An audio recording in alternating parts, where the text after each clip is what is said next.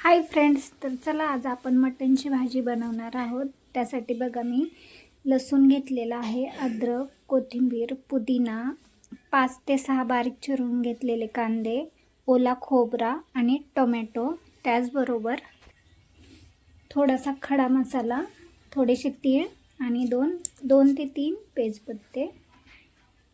तर सर्वात पहिले आपण मटण स्वच्छ धुवून घेतलेलं आहे आणि त्याच्यामध्ये कांदा कोथिंबीर टाकून 1 ते 2 तास आपण मुरण्यासाठी ठेवून देऊया. तर बघा मटण स्वच्छ धुवून घेतलेलं आहे, त्याच्यामध्ये कांदा टाकूया, त्यानंतर कोथिंबीर, त्यानंतर चवीनुसार नमक, त्यानंतर हळद,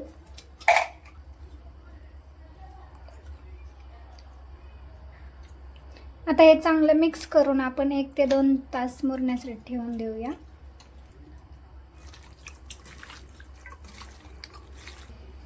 तर बघा मस्त एक मिक्स करून घेतलेला आहे. चला तर मग सर्वात पहिले खडा मसाला आणि तीळ भाजून घेऊया.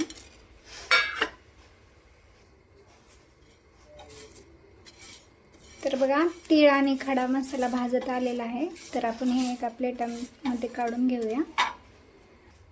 त्यानंतर कांदा चांगला फ्राय करून घेऊया.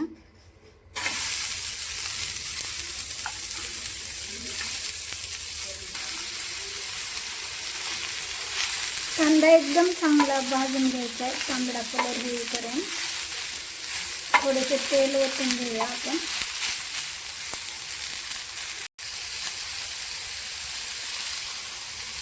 तेल ओतल्यामुळे कांदा पटकन भाजला जातो. तर बघा कांदा एकदम खमंग भाजलेला आहे, तर आपण हा कांदा एका प्लेटमध्ये काढून घेऊन खोबरेही असेच भाजून घेऊया.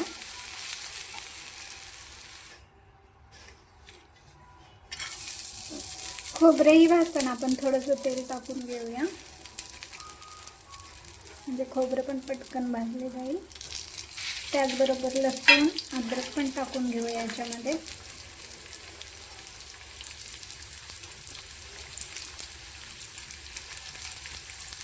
बघा खोबरं आपलं भाजत आले आहे, तर त्याच्यामध्ये पुदिना आणि कोथिंबीर टाकून घेऊया आणि बारीक चिरलेला टोमॅटो पण एकदम चांगला फ्राय करून घ्यायचा आहे, म्हणजे ग्रेव्ही मस्त होईल. बघा टोमॅटो बऱ्यापैकी भाजलेला आहे, तर त्याच्यामध्ये आपण फुटाणे टाकून घेऊया. बघा टोमॅटो बऱ्यापैकी सॉफ्ट झालेला आहे, तर त्याच्यामध्ये आपण फुटाणे टाकून मस्त परतून घेऊया. चला तर मग बघा आपल्या मटणच्या भाजीचा मसाला तयार आहे. पाहू शकता मी इथं बघा काय काय घेतलं आहे. तर चला आपण हा सर्व मसाला मिक्सरमधून बारीक करून घेऊया. तर मग सगळ्यात पहिले आपण तीळ आणि खडा मसाला बारीक करून घेऊया आणि त्यानंतर हा भाजलेला मसाला. तर बघा तीळ आणि खडा मसाला बारीक झालेला आहे, तर आता त्यानंतर आपण कांदा बारीक करून घेऊया. तर बघा मसाला बारीक होत नसेल तर तुम्ही थोडेसे पाणी ॲड करू शकता. थोडेसे पाणी टाकून घेऊया, म्हणजे पटकन बारीक होईल.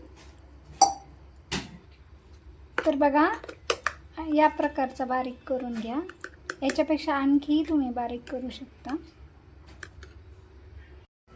तर बघा आपल्या मटणच्या भाजीचा मसाला तयार आहे. 2 तास झालेले आहेत, हे मटण चांगलं मुरलेलं आहे, तर आपण शिजवून घेऊया. तेल गरम झालेले आहे, तर याच्यामध्ये आपण मटण टाकून घेऊया. हे एकदा चांगलं मिक्स करून आपण शिजवण्यासाठी ठेवून घेऊया आणि 3 ते 4 शिट्ट्या एकदम बारीक गॅसवरती करून घेऊया. एकदा चांगलं मिक्स करून घ्या आणि फक्त अर्धा तांब्याच पाणी ओतणार आहोत.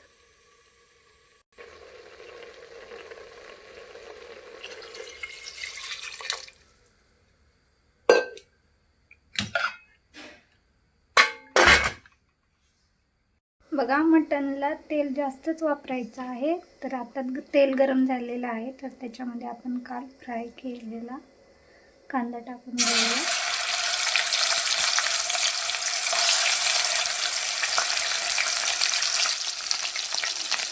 मसाला आपला जास्त झालेला आहे, त्याच्यामुळे हाच मसाला आपण फ्रायसाठी पण वापरणार आहे.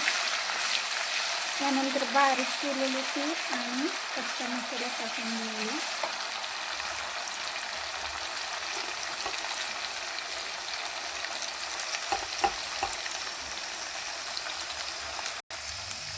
ते पण चांगलं मिक्स करून देऊया आणि त्यानंतर टमॅटो, खोबरं जे काही बारीक मसाला केला आहे तो याच्यामध्ये आपण टाकून घेऊया. तर बघा, हा मसाला 5 ते 10 मिनटं बारीक गॅसवरती एकदम मस्त फ्राय करून घ्या, त्यामुळे त्याची चव एकदम भारी लागेल. तर बघा, हा मसाला खूप जास्त होत आहे, त्याच्यामुळे आपण यातला थोडंसं काढून घेऊया. तर चला, मसाले कोणते कोणते वापरले आहेत ते बघूया. हे घरचे लाल तिखट आहे, हा कोल्हापुरी मसाला आहे, हे घरचे काळे तिखट, हळद आणि नमक. तर बघा, मसाल्याने चांगलं तेल सोडलेलं आहे, तर हा मसाला याच्यामध्ये आपण फ्राय करून घेऊया. अगदी 5 मिनटं बारीक गॅसवरती आपण याला झाकून ठेवूया.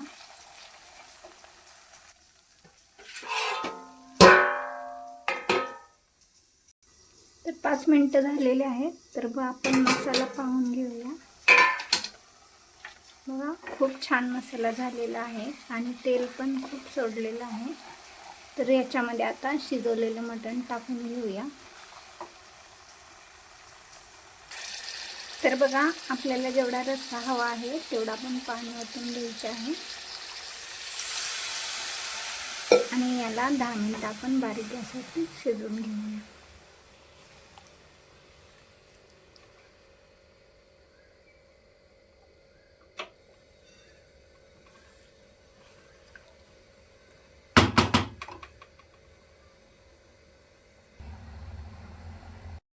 तर फायनली आपली मटणची भाजी तयार आहे. आवडली असेल तर नक्कीच चॅनलला लाईक, शेअर, सबस्क्राईब करायला विसरू नका. थँक्यू.